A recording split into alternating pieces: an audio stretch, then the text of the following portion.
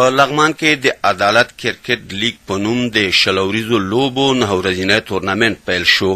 په لغمان کې د ختیز زون په کچه د عدالت کرکټ لیګ په نوم د شلوریزو لوبو نه ورځینی ټورنمنټ نن د الینګار او عدالت لوبډلو ترمن د سیالۍ په ترسره کولو سره پیل شو.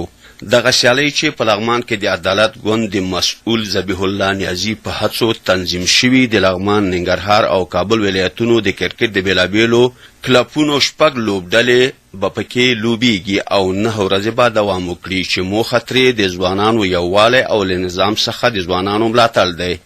د یاد لیګ د پرانیستې په مراسمو کې د لغمان والي عبدالجبار نیمي ترڅنګ د ولایتي شورا استازو د بېلابېلو ادارو مسؤلینو د یاد سیالۍ تنظیمونکو، قومي مشرانو، د کرکټ لوبغاړو او د کرکټ مینوالو هم برخه اخیستې وه. په پیل کې د عدالت کرکټ لیګ تنظیمونکي ذبیح الله نیازي د ښه راغلاست ترڅنګ د دغو سیالیو په تخنیکي برخه هم رڼا واچوله او د بېلابېلو ولایتونو د ځوانانو ترمنځ د یووالي او شناخت لپاره یوه اړینه سیالي په ګوته کړه.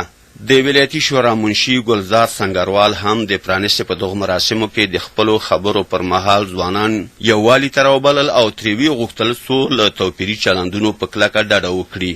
وروسته لغمان والي عبدالجبار نیمي بیا په خپلو خبرو کې د ځوانانو د ملاتړ او پرمختګ په برخه کې د شته پروګرامونو په تړاو د وینا ترڅنګ په کرکټ بورډ نیوکه وکړه چې په لغمان کې د کرکټ د معیاري لوبغاړي د جوړېدو په برخه کې خپلې کړې ژمنې د بیا تعقیب باوجود هم تر دې دمه عملي کړي نه دي. نوموړي ورزشکارانو ته ډاډ ورکړ چې په دې برخه کې به په راتلونکي کې هم خپلې هڅې جاري وساتي ترڅو دغه لوبغالی په معیاري توګه جوړ او د ګټې وړ وګرځي.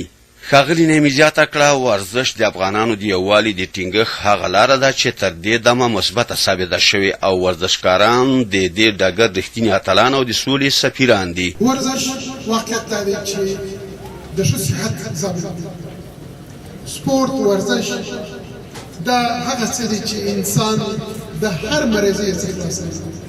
دا هغه څه دی چې په ځینو ځایونو کې فرصت یې ته پیدا کېږي چې خپل د هېواد بیرغ په نړۍ کې ورپړي. دا هغه څه دی چې خپل د ولایت نوم په نورو ولایتونو کې روښانه کړي. دا هغه څه دی چې خپل د قوم، خپل د ولس استازي او سفیران پاتې شي. تاسو ګورئ نن زموږ ستاسو د کرکټ ملي ټیم زموږ ستاسو بیرغ په نړۍ کې ورپړي.